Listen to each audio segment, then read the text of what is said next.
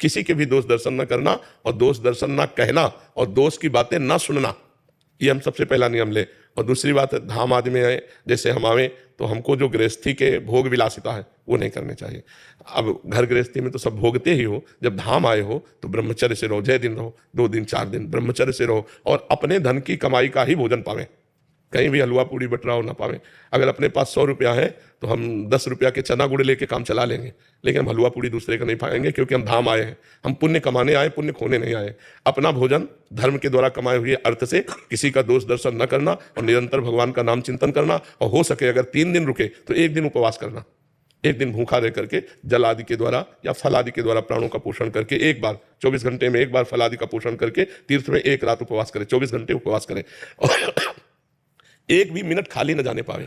कभी भगवान नाम कीर्तन कर रहे हैं, कभी भगवान के दर्शन कर रहे हैं, कभी भगवान के चिंतन में, क्योंकि धाम आए हैं ना तो आप फुर्सत मिल गई, जितना समय मिला उतना भगवान का नाम। और यहाँ अगर हो सके तो आपको ऐसा लगता हो कि 10 रुपया हमारे पास है जो हम दान पुण्य कर सकते हैं, तो 10 रुपया के 1 किलो बाजरा, आधा किलो बाजरा जो भी मिलता हो ले लिया और पक्षियों में डाल दिया, तो कितने लोग, कितने मतलब पक्षियों का पेट भर जाएगा। कुछ ना कुछ परोपकार करना चाहिए, कुछ ना कुछ दान पुण्य करना चाहिए। धाम में आकर के नहीं है तो हम किसी संत को कोई वस्तु दे देते हैं, कोई सेवा कर देते हैं, हम 1 किलो नमक ला के दे देते हैं कि सब लोग भंडारे में दाल में डाल देना, हम गरीब आदमी, हमारा इतना ही। अगर परोपकार की भावना से, पुण्य की भावना से, भगवत भावना से, आप किसान हो, आप मेहनत करते हो, आप व्यापारी हो, और थोड़ा भी आकर कोई जान ना पावे, छपाओ मत, छुपा के कोई नहीं जान पाया, और आप पुण्य करके चले गए, नाम जप करके यहाँ चले गए, कोई अपराध नहीं किया, तो आपको भगवत प्राप्ति में सहयोग करेगा। ये आपके दुखों को मिटा करके सुख प्रदान। बहुत जगह भंडारे, यहाँ रास्ते में कोई हलवा पूड़ी नहीं, कदापि नहीं, आपको लेने का अधिकार नहीं। आप गृहस्थ हैं, आप खुद कमाते हैं, तो ऐसे करने का अधिकार नहीं, ऐसे करने का अधिकार। यदि आपको ऐसा लगता है कि हम पा लेते हैं तो निकालो 20 रुपया 50 रुपया उसके पास रखो, वहीं रख दो और छोड़ के चले आओ। अगर आपने पाया भरपेट तो आपको अंदाज होना चाहिए कि इतना 100 रुपया में मिलेगा, तो 100 रुपया निकाला वहां रख दिया, चल दिया, तो ये बात तो हो जाएगी। दान मत लो, गृहस्थ हो, दान पुण्य विरक्तों के लिए, गृहस्थ के लिए नहीं। भगवान ने तुम्हें जो दिया उसी से उतना निर्वाह करो। नमक चना रोटी खा के गुजारा करके चले जाओगे तो पुण्य एकत्रित कर लोगे, हलवा पूड़ी खा के जाओगे तो पुण्य यहीं देके चले जाओगे। उस संतों के दर्शन करने के समय किन बातों का ध्यान रखें? बस हमें अगर भगवत स्मरण चल रहा है तो हमारा दोष दर्शन होगा ही नहीं। अगर दोष दर्शन नहीं होगा और हमारे अंदर अहंकार नहीं, दैन्य भाव से आए जैसे भी दर्शन कर रहे हैं, तो एक एक कदम यज्ञ के समान होता है।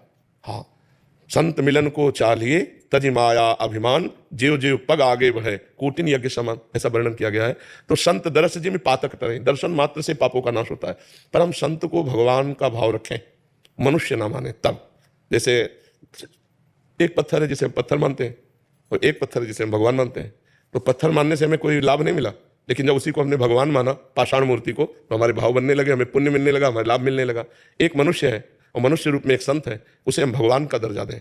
सातों समूह में जग देखा, मोते अधिक संत कर लेखा। भगवान कह रहे हैं ये मेरे भगवान के निज जन है, तो भगवान के स्वरूप है, तब दर्शन का हमें लाभ मिलेगा। कहीं कोई दोष दर्शन न हो, कहीं कहीं उनकी अवहेलना ना हो जाए, शांत भाव से दर्शन क्यों चले गए। ज्यादा देर संतों के पास नहीं टिकना चाहिए, क्योंकि हमारी मलिन बुद्धि है, कोई ना कोई मलिन दृश्य ना देख ले, कोई ना कोई मलिन संकल्प ना कर ले, तो हमें अपने भाव बचाने के लिए सत्संग सुना और उसी का मनन किया, एकांत हो गए, तो हमें ज्यादा अपराध बनने की संभावना नहीं रहेगी। नहीं तो मनुष्य शरीर है और संतों की ऐसी लीलाएं हैं कि हम समझ नहीं पाएंगे किस धरा से कौन सी बात कर रहे हैं, किस धरा से कौन सी चेष्टा कर रहे हैं। फिर हमें लगेगा कि यार ये तो ऐसे ही है, तो हमारा दोष दर्शन बन जाएगा। तो हम सत्संग सुने, एकांत में जब भजन करेंगे तो सबके प्रति भगवत भाव हो जाएगा। संत तो भगवान का स्वरूप है। महाराज जी, जैसे आज वृंदावन की होली शुरू हो गई है और अगले 4 दिन तक होली चलेगी, महाराज जी बहुत सारे युवक युवतियां आपको सुनती हैं, तो आज आपके कोई संदेश सब भारतवासी? हम तो सबसे यही प्रार्थना करेंगे कि होली महोत्सव प्रहलाद जी के द्वारा प्रकट किया गया है।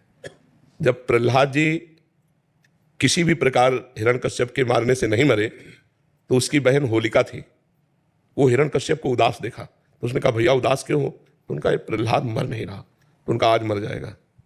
लकड़ी का बहुत सा ढेर लगाया जाए और उसमें लेकर हम प्रहलाद को बैठ जाएंगे, तो हमें अग्नि से वरदान मिला है, एक पट, शीतल पट, जिसको हम मोड़ लेंगे तो हमारा रोम भी नहीं झुलसेगा और प्रहलाद मर जाएगा। बड़ा प्रसन्न हुआ हिरण्यकश्यप, उसने बहुत लकड़ी का पहाड़ लगाया, उसमें ऐसा बनाया जिसमें प्रहलाद जी को लेकर उनकी बहन बैठ गई। प्रहलाद जी की बुआ हुई हिरण्यकश्यप की बहन, आग लगा दी गई। तो भगवान की कृपा से ऐसी वायु चली कि शीतल पट प्रहलाद जी के ऊपर आ गया और वो जलकर राख हो गई। तो जितने प्रहलाद पक्ष के थे सुबह वहां जब गए तो देखा प्रहलाद जी बैठे हुए, बड़े आनंदित थे, ढोल मंजीरा कीर्तन से होली की पूजा की और आपस में गुलाल रंग लगाकर खेल रहे, नाम कीर्तन कर रहे, पद गा रहे कि प्रहलाद जी भगवान की भक्ति से बच गए। तो ये उत्सव मनाया जा रहा है। ये लोग जो शराब पीते हैं, गंदे हरकतें करते हैं, एक दूसरे के चेहरे पर कालिक पोतते हैं, नालियों में ये हिरण्यकश्यप पक्ष के हैं।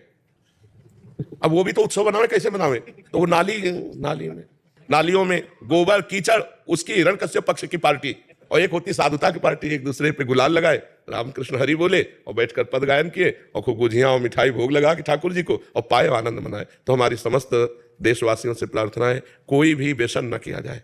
व्यसन उत्सव को खराब कर देता है, जैसे शराब है और भी हुक्का है, ड्रग्स है, कोई भी नशा मत करो।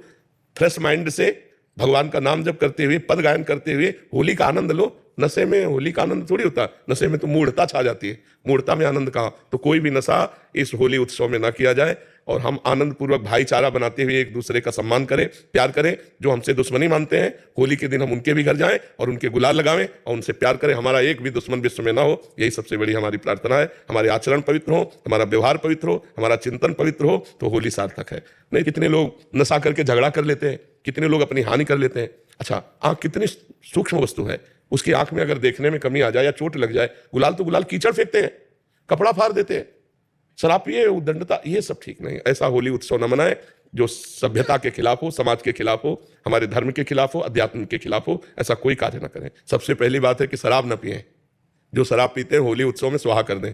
और दूसरी खास बात है, मांस न खाएं, क्योंकि आप भले जीव हत्या नहीं करते, लेकिन आप हिस्सेदार हुए, क्योंकि आप खरीद के लाते हो और खाते हो, तो आप हिंसक ही माने जाओगे।